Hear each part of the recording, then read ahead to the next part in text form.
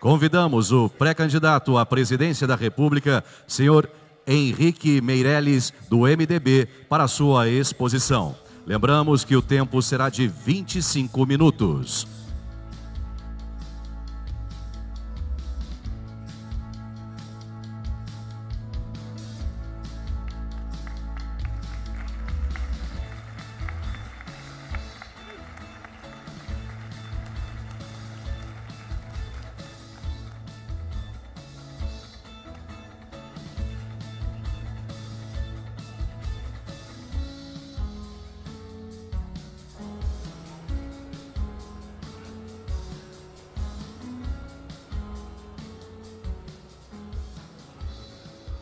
Ministro, boa tarde. Prazer tê-lo aqui conosco. O senhor terá 25 minutos para a sua primeira palestra. Pois não. Muito obrigado. Uma satisfação enorme estar aqui com todos, porque é aqui que se define uma grande parte do que será o Brasil nos próximos anos. Os senhores estão definindo isso pelas suas decisões de investimento, pelas suas decisões de plano de negócio.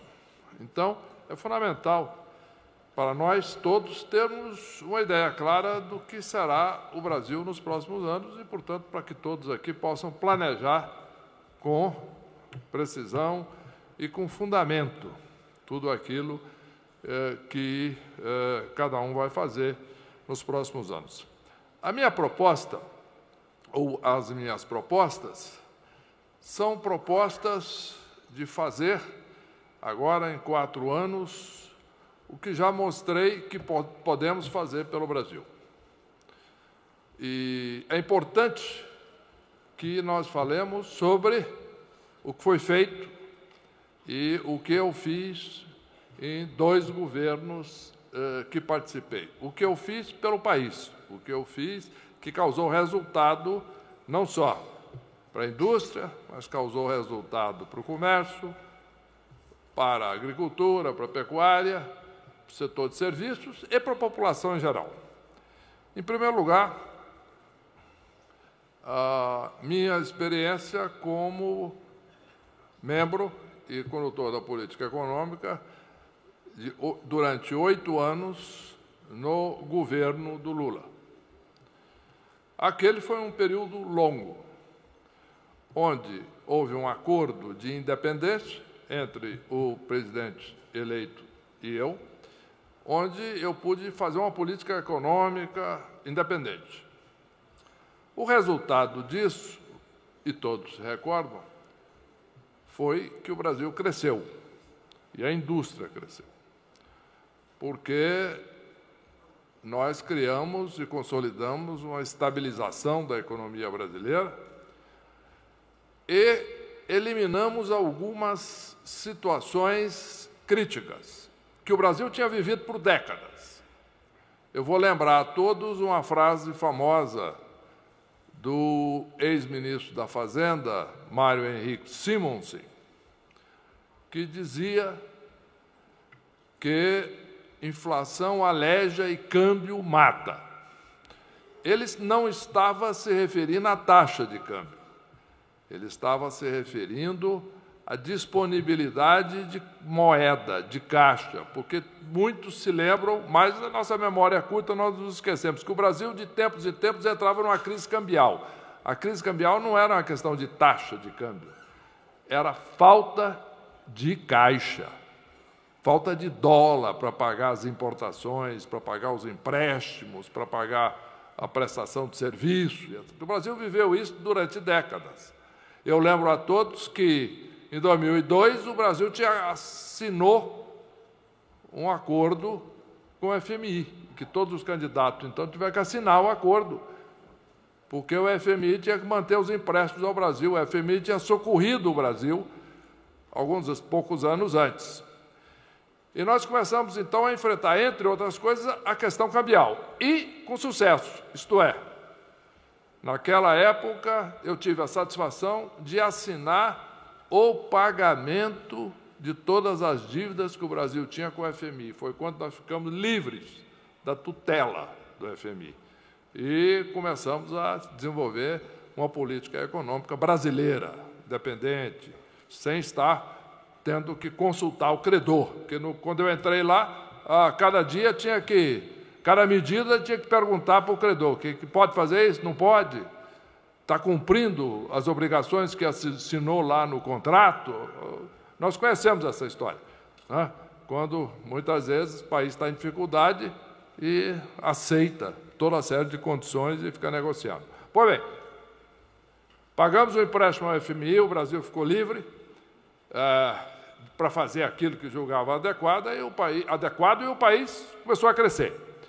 E a indústria cresceu naquele período, a indústria cresceu de uma maneira forte, a economia como um todo, serviços, agricultura e demais setores, comércio. E vou lembrar uma coisa muito importante.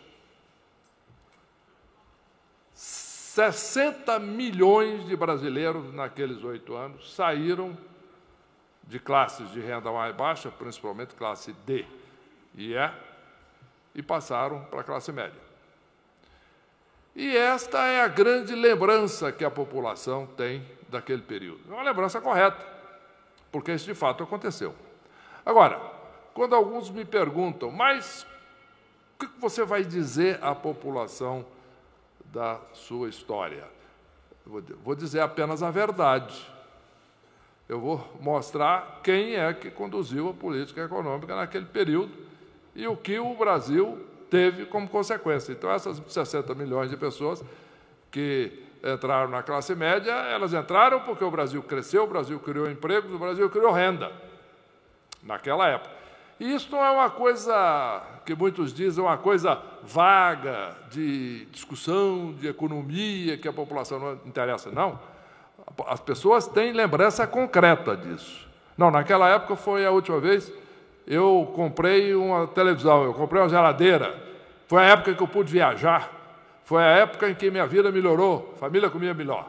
Pois bem, eu vou mostrar com clareza quem era o responsável pela política econômica naquela época e por que o Brasil cresceu. Então, isso é um dado concreto. Outra coisa importante, que também estamos mostrando agora. O que aconteceu quando eu saí do governo? É verdade que o governo mudou completamente a orientação. A presidente eleita achava que não era nada disso e não concordou em dar autonomia, ao contrário do governo anterior, onde nós tivemos autonomia para fazer uma política econômica que levou ao crescimento. Pois bem, o que ocorreu em consequência? Recessão. Senhores, senhoras, viveram isso. Continua a viver as consequências. Eu não preciso contar para todos aqui o tamanho da recessão brasileira. Todos viveram isso. Queda nas vendas, aumento do endividamento, subiu os juros, subiu a inflação e o país entrou numa dificuldade enorme. E todos nós vivemos isso. 14 milhões de desempregados no PIB. Para o senhor ter uma ideia, quando eu assumi o governo, agora junto com a convite e junto com o presidente Temer, o Brasil, o PIB brasileiro, tinha caído mais de 5% em um ano. Durante o ano de 17, 3,5%. Mas durante 12 meses, mais de 5% em um ano. Foi a maior crise. Às vezes nós vivemos a crise, mas não temos a comparação. Foi a maior crise econômica da história do país, maior do que a Grande Depressão de 1929. Não é brincadeira. Todos vivemos isso. Pois bem, enfrentamos isso com força, enfrentamos isso com coragem, enfrentamos isso com determinação, e o Brasil, aos poucos, começou a sair da crise. Aí muitos dizem, mas está saindo devagar. Vamos devagar, para entender.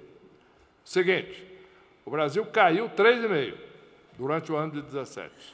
Tinha caído 5% em 12 meses até maio, 16. 17 caiu 3,5%. Cresceu 1,1%, desculpe, caiu 3,5% em 16. Cresceu 1,1% em 17. O que aconteceu? A diferença é de 4,6%. É muita coisa. É um salto enorme. Um país que está entrando em queda livre, de repente, cresce. E mais, Se nós olharmos o final de 17, isto é, o último trimestre de 17, com o último trimestre de 16, crescimento de 2,1. Então, muito mais do que 1, quer dizer. E acelerou em 2018. As previsões dos economistas foram e eram de que o país ia crescer 3% em 18. Estava 2,8 para 3. Muito bem, muitos se preocupam. É verdade. Só que a economia arrefeceu. Estava começando a crescer, muitos setores ainda em dificuldade, verdade. Alguns setores já melhores, já começaram a subir. Mas o fato concreto é que a economia estava saindo. Só para dar alguns números. Eu não vou ficar falando muito em número aqui, né? Porque, afinal de contas, não é uma palestra do ministro da Fazenda ou de ministro da Economia, etc. Eu sou candidato a presidente da República e vamos falar sobre isso. Estamos falando já, porque esta é a base. Né? Por quê? Porque, no momento em que o país volta a crescer, no momento em que nós enfrentamos essa situação e o país cresce, para dar um exemplo, o Brasil, no fundo do poço, chegou a ter 89,5 milhões de pessoas trabalhando. No final de 17, 91,5 milhões de pessoas trabalhando. Cresceu 2 milhões. Bom, mas tem muito desempregado ainda, certo? Porque muitas pessoas que estavam desanimadas voltaram ao mercado de trabalho. Isso é bom? Isso não é ruim, não, é bom. E tem muito desempregado ainda, não tem dúvida. Exatamente por isso que coloco o meu nome à disposição do MDB e vamos pleitear a candidatura à presidência da República, para podermos ter 4 anos e agora sim, como presidente eleito pela população, em voto direto, vamos ter condições de colocar, assim, o Brasil numa rota clara e sustentável de crescimento por um período avançado, por um período longo. Isso é fundamental. Isso é que é o mais importante. Muito bem. Então, o país voltou, está criando emprego, criou 387 mil empregos nos primeiros meses de 2018. Agora arrefeceu um pouco, é verdade. Por que arrefeceu um pouco? É muito simples. Eu, há alguns meses atrás, eu fui num congresso, numa reunião mundial de economia, discussão de economistas, fui fazer uma palestra numa sala como essa, talvez não tivesse um número tão grande de industriais e empresários, mas tínhamos lá 700 empresários, 700 dirigentes das maiores empresas mundiais, que tinham investimento no Brasil, operações brasileiras. Pois bem, o que eu ouvi? Deu o seguinte: olha, meus parabéns, o senhor está conduzindo com sucesso a recuperação da economia brasileira, o Brasil vai bem, só que nós já aprovamos o orçamento para investimento no Brasil este ano, de 18, foi no início do ano. Mas nós vamos suspender. Digo, mas por quê? Bom, nós vamos suspender o orçamento até o resultado da eleição, porque nós não sabemos que direção que o Brasil vai tomar. Vai voltar atrás, fazer o que o governo anterior fez, jogar o Brasil de volta à recessão? Vai haver um conflito entre brasileiros por propostas radicais, ou vai ter um país que vai seguir, vai em frente. E eu vou lembrar a todos, nesse momento, a capa de uma revista internacional de economia, em 2009, sobre o Brasil, só para ilustrar. Essa revista, na época, publicou uma capa, a revista de maior prestígio da economia mundial, e era um desenho do Cristo Redentor, do Rio de Janeiro, lá do Corcovado, decolando como um foguete. E o título era O Brasil Decola. Poucos anos. E eu fui cumprimentado por aquilo, né? Cheguei na Basileia, representei lá dirigentes, né, de bancos centrais do mundo inteiro, fui aplaudido de pé, foi muito bom, o Brasil era a estrela naquele momento. Pois bem, poucos anos depois, antes de nós entrarmos no governo novamente, eu vi a capa dessa mesma revista, era o Cristo fazendo um loop e mergulhando na Baía de Guanabara. Então, qual é a questão? Hoje, o Brasil, o Cristo já começa a decolar de novo. Agora, a situação está ainda muito difícil para muita gente, é verdade. E, para isso, nós precisamos continuar pelos próximos anos. Por quê? Porque, voltando àquilo que eu falei lá da Conferência Global de Economia e dos empresários e dos presidentes de empresas, eles me disseram, eu vou adiar o meu investimento até o resultado da eleição. E eu comecei a ver, depois, algo que eu já previa, muitos consumidores também fazer isso. Cidadã ia comprar uma televisão, uma geladeira, financiado e etc. Espera aí, vou aguardar o resultado da eleição. Agora, esse segmento, por exemplo, só para dar um exemplo, não vou ficar falando de número aqui, este segmento cresceu muito, por exemplo, no ano passado, eletrodomésticos, que é o consumo das famílias.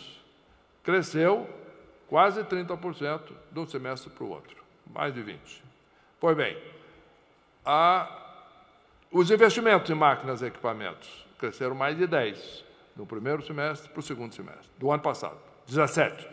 Significava que, de fato, o nível de confiança na economia brasileira estava aumentando. E agora eu vou usar isso para e enfatizar e chamar a atenção para uma palavra fundamental na administração de um país e na administração da economia, e o que é importante para todos aqui presentes, para toda a população, é a palavra confiança.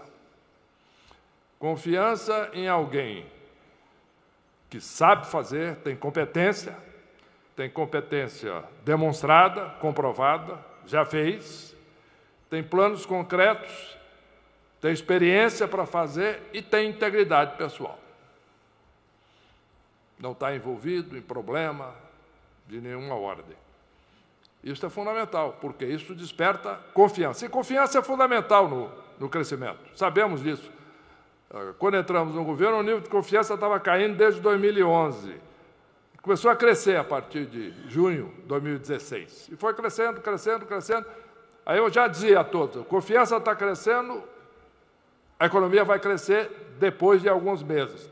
Muitas pessoas céticas, mas é inevitável. A confiança começa a cair, não se sabe o que vai acontecer amanhã, a economia começa a cair. Então, a primeira coisa é isso. Segunda coisa que eu sei que foi um tema de discussão aqui, governança pública.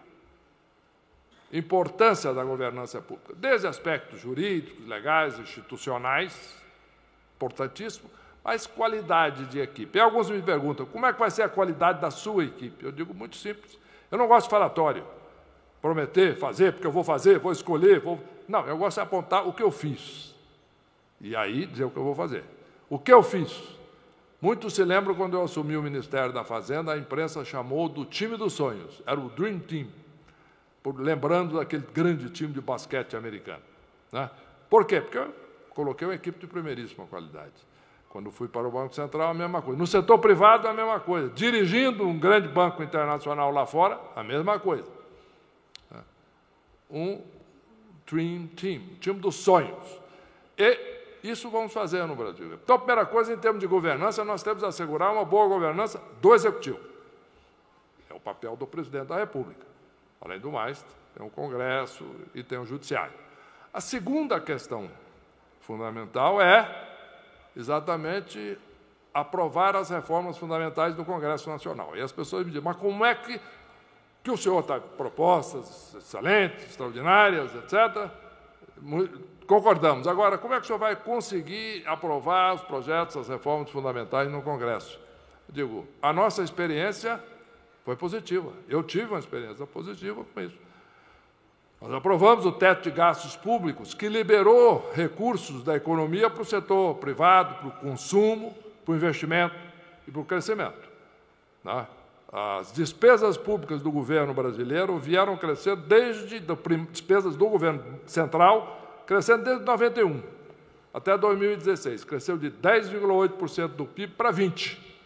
Já caiu um pouquinho. E vai cair mais se aprovarmos as reformas fundamentais, principalmente a reforma da Previdência, que é fundamental aí, inclusive para criar mais igualdade na Previdência. A minha experiência é, se olharmos a reforma trabalhista, foi aprovada.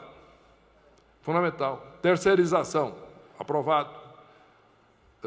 Lei de governança das estatais, aprovada. Então, existe uma série de projetos fundamentais que foram aprovados. E mesmo a própria Previdência. Eu tive a oportunidade de ir ao Congresso Nacional, na Câmara dos Deputados, e debater com bancadas dos principais partidos. Durante 4, 5, 6, 7 horas. Acho correto isso, temos que conversar. E a minha experiência foi positiva.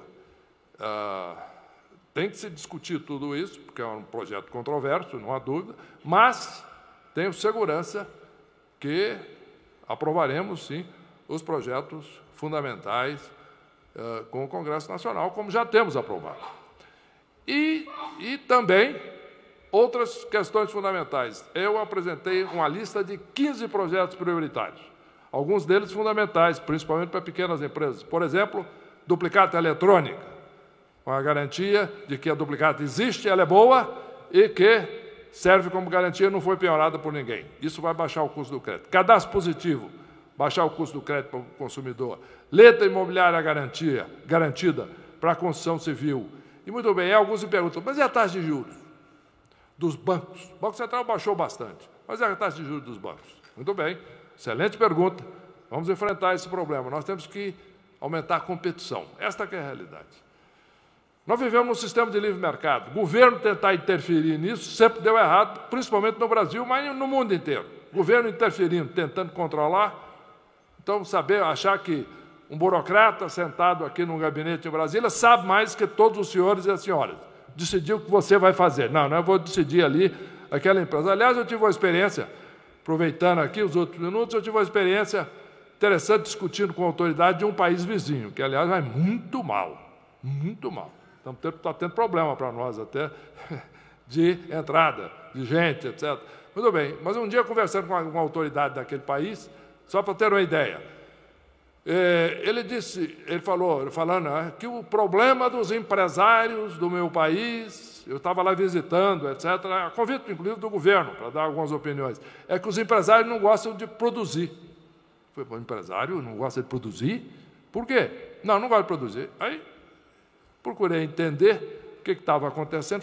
Falei, escuta, vocês tabelam aqui o preço, na verdade?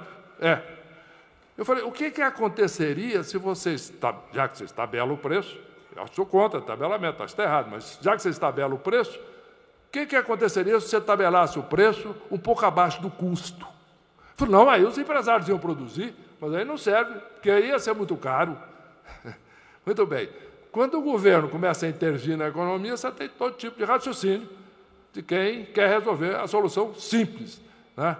Toda resposta simples para problema complexo dá errado. Tenha certeza que está errado.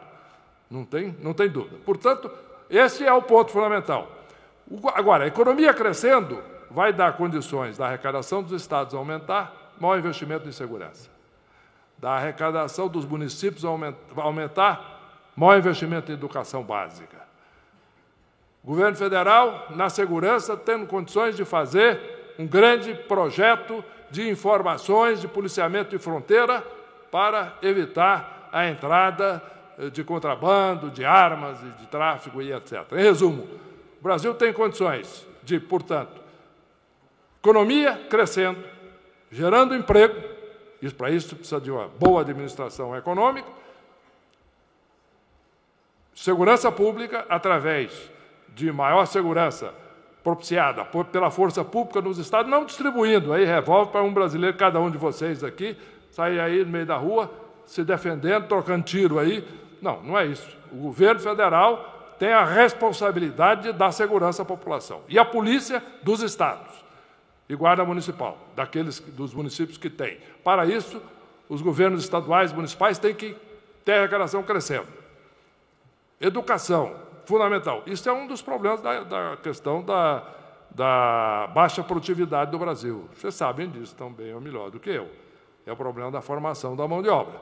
Então, nós temos que ter ensino profissionalizante, ensino básico, ensino profissionalizante do governo federal, ensino base das prefeituras, saúde, informatização da saúde. Já começou a ser feito para que o pequeno posto de saúde tenha acesso a toda a cadeia de informações dos grandes hospitais. Saúde para a população, saúde para o povo brasileiro. Concluindo, dentro do tempo, presidente Robson, nós, então, propomos e temos história para mostrar que já fizemos isso. Eu já fiz isso. Criação de emprego para a população, criação de renda, controle da inflação, segurança para a população, saúde, melhor atendimento de saúde e educação para as nossas crianças estarem melhor qualificadas para ganhar mais para si, para a sua família e produzir mais para o país. E ensino profissionalizante para que todos possam começar a produzir cada vez mais e melhor. O tempo terminou neste momento, eu respeito as regras, respeito a CNI, respeito o público. Muito obrigado, vamos em frente. E seguindo, então, com a dinâmica do diálogo da indústria com os candidatos à presidência da República, lembrando que teremos 2 perguntas formuladas por empresários e a terceira pergunta será formulada pela audiência com 3 opções para serem escolhidas. Passamos à primeira pergunta, o senhor Humberto Barbato, presidente da Associação Brasileira da Indústria Elétrica e Eletrônica, ABINE.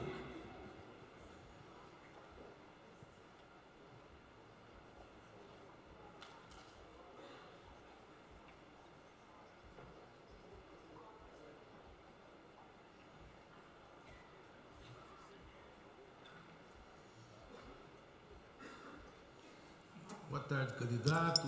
Boa tarde, presidente. Boa tarde a todos os presentes. Doutor Meirelles, desde o final de 2017, quando ainda o senhor era o ministro da Fazenda, a Secretaria Especial de Assuntos Estratégicos da Presidência da República e a Secretaria de Assuntos Internacionais do Ministério da Fazenda patrocinam um projeto para redução unilateral do imposto de importação de bens de informática, telecomunicações e de bens de capital para 4%. Linearmente, sem em nenhum momento nesse projeto ser mencionado qualquer condição para essa redução. Ou seja, a redução do imposto de importação é unilateral, sem qualquer tipo de negociação através de uma maior inserção internacional do país, exclusivamente pelo lado da importação. Qual será a postura e a atuação do seu governo, caso eleito, em relação a esse projeto de abertura unilateral do Brasil? Muito obrigado. Obrigado, Humberto. Obrigado pela pergunta, muito importante. Muito importante a pergunta. Aquilo foi uma ideia que era mais um direcionamento estratégico do que uma proposta objetiva de um projeto de lei apresentado com detalhes, etc. Vamos ao que interessa, é a minha posição em relação ao que vou fazer como presidente da República. Isso é que é importante. O Brasil, de um lado, é verdade que precisa de bens de informática, de equipamentos de informática, melhor dizendo, mais baratos, mais disponíveis, mais avançados. E quanto maior a tecnologia que o Brasil possa importar, melhor. De um lado. De outro lado, é fundamental que as empresas brasileiras, a indústria brasileira, nesses setores, tenha a capacidade de competir. Tá? Senão, vamos ter problema, porque aí essas indústrias vão ser prejudicadas. Para isso, nós temos que, antes de qualquer coisa, você colocou a palavra correta, antes de qualquer coisa, nós temos que preparar a indústria brasileira desses setores com produtividade, e apresentamos, como eu disse, 15 projetos prioritários ao Congresso Nacional que vamos defender imediatamente depois da posse, que visa exatamente dar maior competitividade à indústria nacional.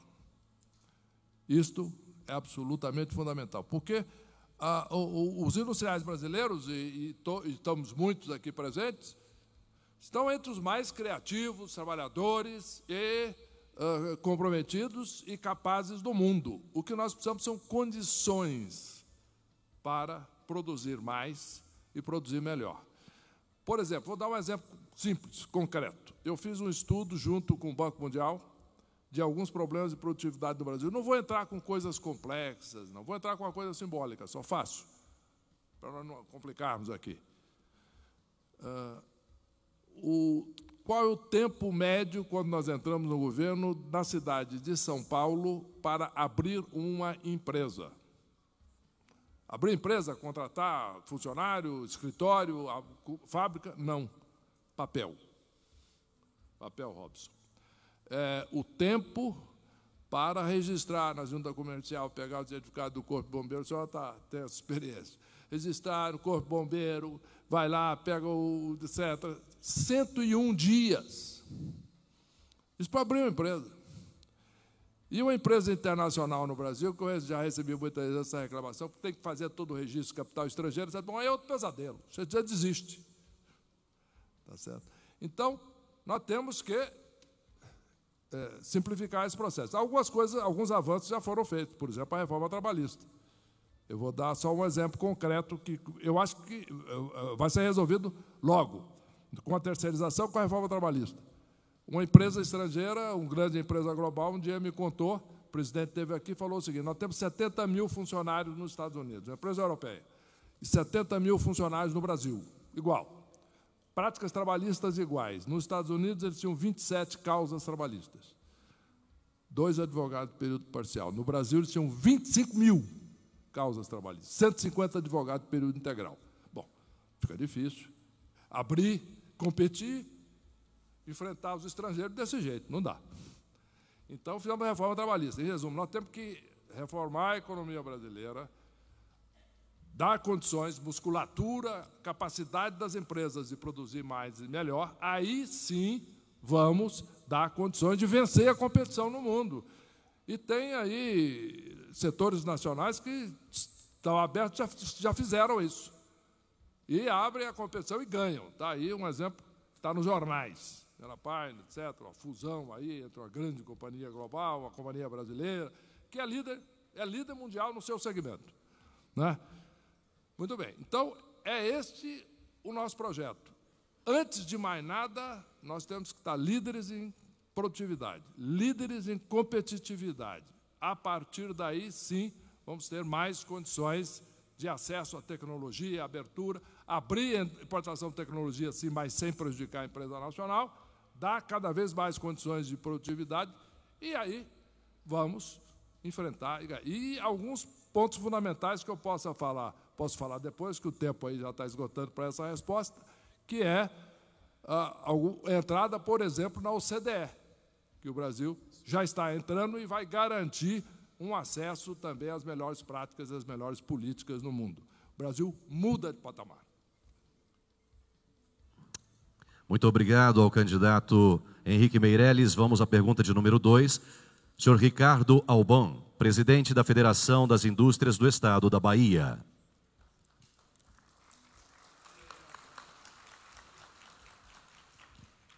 Boa tarde, presidente Robson. Boa tarde, candidato Meirelles. Boa tarde, amigos e amigas.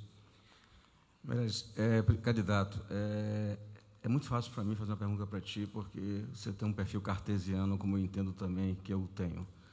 Então, nós temos muitos custos Brasil, e vou me alvoroçar aqui a tratar de um custo Brasil, onde o senhor certamente melhor do que ninguém entende, e que aflige toda a sociedade produtiva e toda a sociedade, quer seja o consumidor, quer seja as outras atividades, que chamamos de juros bancários. Obviamente, nós sabemos o quanto ele é importante para a competitividade, já que o setor industrial, nós da indústria, somos tão cobrados pela essa famigerada e necessária competitividade e, na verdade, nós não vemos essa competitividade no setor bancário. O senhor chegou a falar um pouco, o setor bancário, obviamente, vive uma grande palavra que o senhor usou muito apropriadamente, que se chama confiança. Com isso, o torna bastante sensível o sistema financeiro, mas como o senhor pretende efetivamente criar a competitividade. Eu não falo baixar juros por decreto, eu não falo subsídios, nada disso, mas obviamente é um setor muito importante para que nós possamos ter uma política de desenvolvimento e que efetivamente os juros passem a ser exercido como não é exercido na maior parte do mundo como política monetária e não como política fiscal, entendendo todo o problema do equilíbrio fiscal. E se o presidente Robson me permitir, eu também, no seu sucesso, peço que, assim como o senhor pretende construir um Dream Team no Ministério da Fazenda, por favor, faça um Dream Team no MIDIC e no MCTI, e eu tenho certeza que a CNI ajudará a formar esse time. Obrigado. Obrigado pela pergunta, Ricardo. Muito boa. E eu já esperava, né, evidentemente, essa pergunta, que é uma pergunta correta, e vamos falar exatamente sobre isso. Você falou numa questão fundamental, competitividade. Competição, mais do que a competitividade. A questão da competição. Não há dúvida de que existe pouca competição no mercado financeiro brasileiro. Pela própria estrutura do mercado, é um mercado que tem uma vantagem, que é uma presença muito grande no país inteiro, milhares de agências, e isso gera uma barreira de entrada complicada, né? Então, o que é uma vantagem pode ser uma desvantagem também. E aí nós temos uma questão, de fato, de competitividade. E aí o problema é, qual é a solução? A solução é decreto? Vamos lá, tal, fixa, tal. Já tivemos vários no Brasil. O primeiro que alguns aqui tiveram a oportunidade de vivenciar, vou lembrar disso, foi o Plano Cruzado, tabelou juro, né? Lembra? E qual foi o desastre? Aliás, juro no Brasil era tabelado até o final da década de 70. Pois bem, certamente assim, depois foi liberando aos poucos. E era um problema, porque aí tinha dificuldade de acesso ao juro. Eu, quando dirigi uma instituição internacional, eu fui uma vez na Bolívia, e na Bolívia era uma coisa interessante, o juro era tabelado, em 180% ao ano, e a inflação era 2.000. Problema, né? Porque o gerente do banco escolhia qual a empresa que ia ter subsídio e qual a empresa que não ia ter subsídio. Imagina o que acontecia lá. Bom, qual a solução? Aumentar a competição. Eu já dei um passo importante nessa direção, que foram as cooperativas de crédito, que já avançou nessa área. Isso não é suficiente, não. Existe uma solução que o mundo inteiro está caminhando para ela agora. São as fintechs, as empresas financeiras eletrônicas com acesso geral, porque aí não tem necessidade de fazer 3.000 agências, 4.000 agências, que é a barreira de entrada. Então, a fintech, se ela tem um bom software, etc., ela abre, qualquer um no seu equipamento, etc., pode fazer um depósito, fazer transferência, fazer depósito do banco e começar a crescer. E a fintech é o caminho da competição, é o caminho do futuro. Para isso é necessário, em primeiro lugar, alguém que entenda o que está falando, entenda o que está fazendo, em primeiro lugar. Propostas mirabolantes o Brasil já cansou, o presidente Robson. E já tivemos demais, e tenho certeza que os senhores já estão ouvindo bastante. Não é isso que os senhores querem, e nem as senhoras querem também.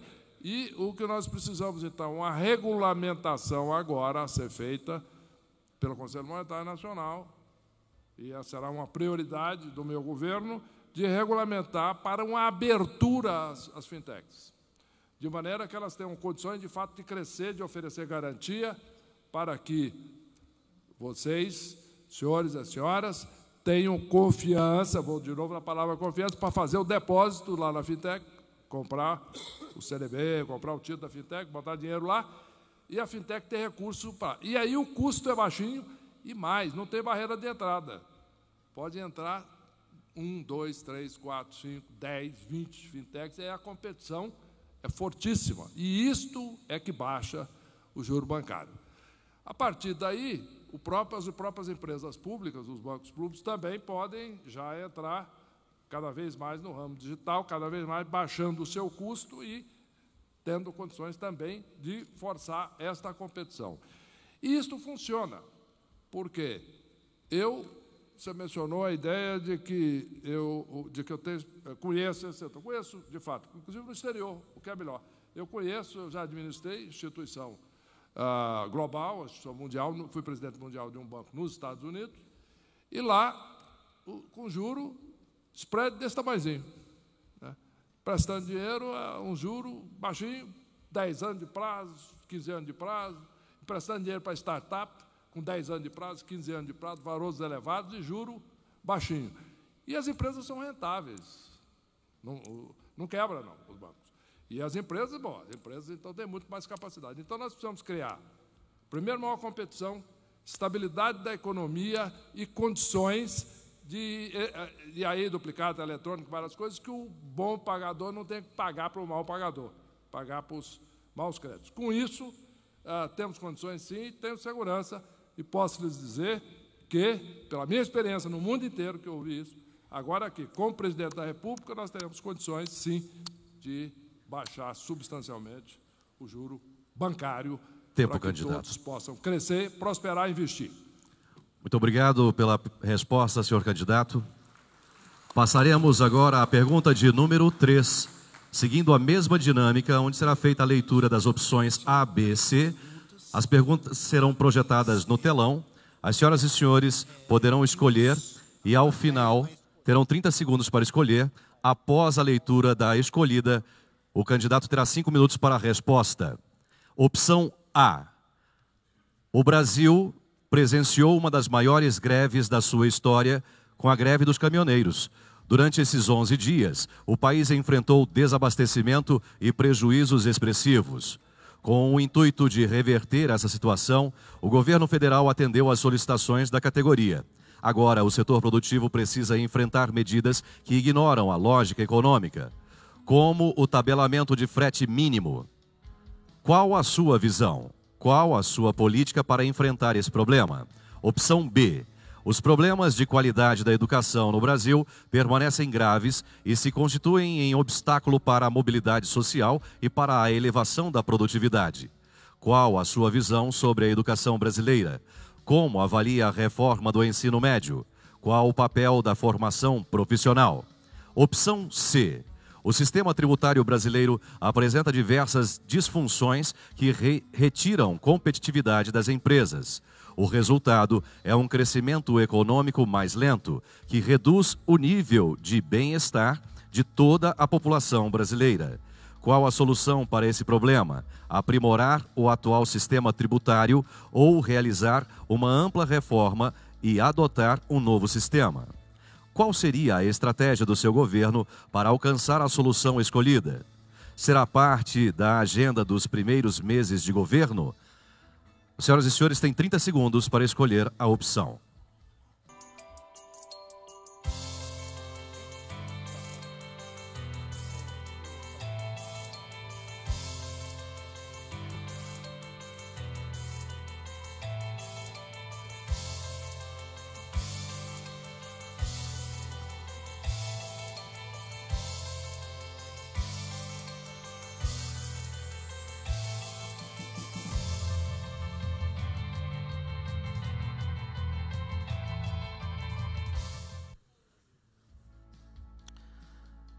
Senhor candidato, a pergunta escolhida foi a alternativa C. Vou repeti-la para que o senhor possa respondê-la em 5 minutos. O sistema tributário brasileiro apresenta diversas disfunções que retiram competitividade das empresas. O resultado é um crescimento econômico mais lento, que reduz o nível de bem-estar de toda a população brasileira. Qual a solução para esse problema? Aprimorar o atual sistema tributário ou realizar uma ampla reforma e adotar um novo sistema? Qual seria a estratégia do seu governo para alcançar a solução escolhida? Será parte da agenda dos primeiros meses de seu governo? 5 minutos para a resposta. Eu estava comentando aqui com o Robson. 3 boas perguntas, 3 excelentes, mas essa terceira é fundamental. Então, eu fico feliz que nós possamos entrar direto nela, tá? Porque é um tema que é vital para todos e que eu conheço bem também, né? Não só esse, mas esse particularmente eu me debrucei sobre ele porque eu trabalhei na proposta da reforma tributária, profundamente. Então, é um assunto que está presente, que eu tenho estudado, proposto, e a proposta da reforma tributária está em andamento. Pois bem, aprimorar o atual sistema ou realizar uma ampla reforma? Certamente uma ampla reforma. Esta é a solução. Não há dúvida. E qual seria a estratégia do seu governo para encontrar a solução, alcançar a solução escolhida? Existe uma comissão especial da Câmara, tratando disso, liderada pelo deputado Raul, e já temos discutido isso. Eu vou sumarizar o que seria uma proposta de reforma tributária.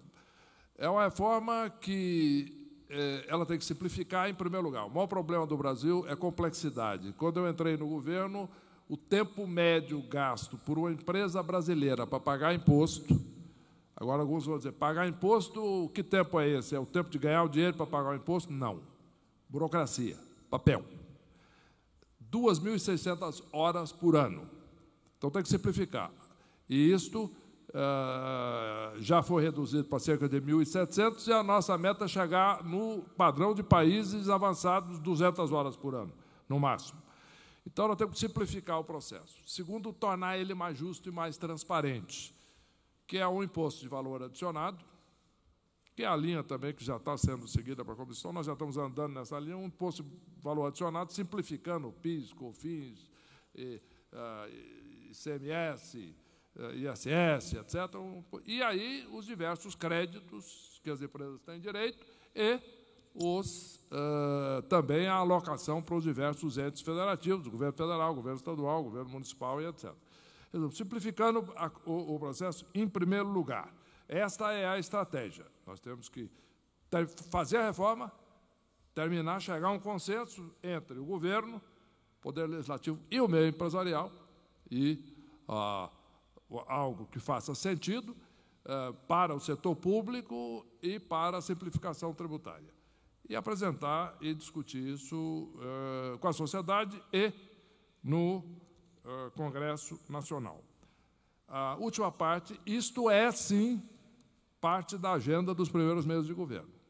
Isto será a primeira reforma a ser feita e enviada ao Congresso Nacional. Já existe lá pendente a reforma da Previdência, e esta será a primeira reforma a ser feita e enviada ao Congresso Nacional imediatamente, e já temos a solução. Inclusive, agora, na minha equipe de plano de governo, já temos profissionais da melhor qualidade no país trabalhando já no detalhamento dessa proposta. E vamos ter a oportunidade de discutir com todos aqui, com transparência, este assunto no detalhe, para que seja algo de fato que funcione. Algo que não foi mencionado, mas eu vou mencionar, usando os meus 1 minuto e 20 segundos aqui, que restam para essa resposta, Robson, é o seguinte. Vamos falar de carga tributária. A carga tributária brasileira, que é, além da complexidade, é que está na base da preocupação de muita gente, com razão, é a maior entre os países emergentes. É alta. Tá? Além da disfunção, além da complexidade, etc., ela é alta. E nós precisamos resolver isso. Nós temos que baixar a carga tributária para todos, para a economia funcionar melhor. E agora nós estamos enfrentando mais competição. Os Estados Unidos baixou a carga tributária lá. Tá certo? Então, nós já estamos aí vendo problema de investimento, saindo daqui para lá, etc. E eles fizeram isso para atrair mais investimento e para crescer mais. Está crescendo, aliás. Independente de que cada um possa pensar da atual administração. Mas, de qualquer maneira, nesse ponto está crescendo. E o que nós temos que fazer? Como é que o senhor faz para poder arrecadar menos? Qualquer ente público ou privado. Tem que gastar menos. Então, temos que aprovar a reforma da Previdência, aprovar as reformas fundamentais que ainda restam, diminuir, que é a nossa meta, ao invés das despesas públicas federais continuar crescendo e ir para 25%, cair para 15% do produto, aí sim nós teremos condições de fazer uma redução substancial da carga tributária e aí sim, com uma tributação mais simples e uma carga tributária menor, aí sim as empresas vão ter condições de crescer, de investir, de contratar, de criar emprego e o Brasil ter mais emprego, renda e arrecadação tributária também, porque, né, o governo também precisa. Mas não como aumento da carga, mas como aumento da atividade, do PIB. crescimento maior de todos das empresas, menor alíquota e mais venda, mais consumo. Essa é a ideia. Vamos em frente. Obrigado, ministro. Ministro, mais 5 minutos para as suas considerações finais. Pois não. Eu quero falar agora sobre a possibilidade da minha candidatura ganhar a eleição, porque isto, evidentemente, está no centro da questão, que nós temos que discutir. Alguns podem dizer, alguns já me disseram isso, quando eu comecei esse trabalho, de que, espera aí, é o seguinte, de fato, a sua experiência é extraordinária, você tem trabalho realizado, tem serviço mostrado, mas a pesquisa está baixa, né, de intenção de voto no seu nome. Então, vamos ir direto. Como eu estou fazendo com outros temas, vamos direto nesse também, que é o tema político e, mais importante ainda, eleitoral, né? Vamos começar com um dado concreto. Eu mandei fazer pesquisas quantitativas que mostram o seguinte: a percentagem de brasileiros que, de fato, têm informações suficientes, ou julgam ter informações suficientes para decidir se votarão ou não em mim, é um pouco acima de 4% da população. Mas do total, um pouco mais de entre 1 e 2, atualmente, manifesta a intenção de voto para mim como candidato a presidente da República. Se nós olharmos como percentual daqueles que já têm informação, isso é impressionante, de 40% a 50% de intenção de voto. A campanha eleitoral na televisão, ela permite transmitir essa informação para todos os brasileiros em grande escala. É uma das características da legislação brasileira. Agora restringe muito a divulgação. Aqui eu posso falar, todos falamos, etc. Está aberto. Mas eu não posso ir na televisão e ter um espaço de tempo na televisão para divulgar os meus projetos. Posso dar uma entrevista, mas assim mesmo é muito restrito. Então, na campanha eleitoral, por outro lado, não, é aberto. Faz vídeo, Brasil inteiro, um número de tempo. E aí um dado importantíssimo, o PMDB, ou o MDB agora, tem tempo de televisão. É o maior partido de presença no país. E um dos de maior tempo na televisão. E tem presença no Brasil inteiro, uma base impressionante, que tem condições e está se mobilizando. Eu ouço isso no Brasil inteiro. Eu estou visitando, já visitei mais de metade dos estados brasileiros e vou continuar visitando, vou visitar praticamente todos. E o que eu ouço chegando na cidade, nos municípios e conversando com líderes empresariais, falando para muitos empresários regionais, mas também vereadores, deputados, senadores, governadores, etc. E eu ouço isso todo dia, falando, agora o MDB tem um candidato, e agora o MDB tem um ótimo candidato, alguém que está preparado para assumir a presidência da República. Então, no momento em que eu mostro o vídeo com a minha história, dizendo, o Brasil cresceu muito no Lula, quem era lá o responsável pela política econômica? Foi ele. Quem é o responsável pela política econômica agora do governo Temer, quando o Brasil começou a sair da crise? Mas, então, fica claro algumas coisas. Esse homem serve ao país. E, quando ele está lá, o país cresce, quando não está, o país entra em recessão, ou tem problema, ou o crescimento vai caindo menos. Então, esse é o ponto. Segundo, agora falando em pesquisa qualitativa. Pesquisas qualitativas, eu fiz muita, antes de tomar a decisão de sair do Ministério da Fazenda. Isso é importante. Não entrei numa aventura, não. Eu sabia o que eu estava fazendo. Os pesquisadores me disseram, o homem mais difícil de convencer que a candidatura é vencedora foi o senhor. O senhor deu um trabalho danado. Sim, exigi. Por quê? A pesquisa mostrava, na qualitativa, quais são as características do próximo presidente da República, na sua visão. Era grande maioria. Mudava a ordem, mas as características são competência, experiência, integridade pessoal e seriedade. Às vezes mudava. Competência, honestidade, usava palavras diferentes, experiência, seriedade. Interessante a palavra seriedade. Antes não se plugava. Muitas vezes, em outras eleições, eu acompanhei isso. Não, candidato festivo, fazendo festa, simpático, tem carisma, não sabe nada, mas ótimo. Mas o cara é bom. Não, agora não. Está se demandando seriedade. Está se demandando dizer a verdade. E depois de vídeos dos diversos candidatos, quais são as características que o senhor dá ao senhor Henrique Meirelles? Estas 4. Portanto, as pesquisas me levaram a concluir que, sim, temos as características que hoje é a preferência dos eleitores brasileiros e basta levar esta informação, mostrar isso a todos, que temos certeza da vitória em outubro e vamos juntos construir o Brasil do tamanho dos nossos sonhos. Muito obrigado.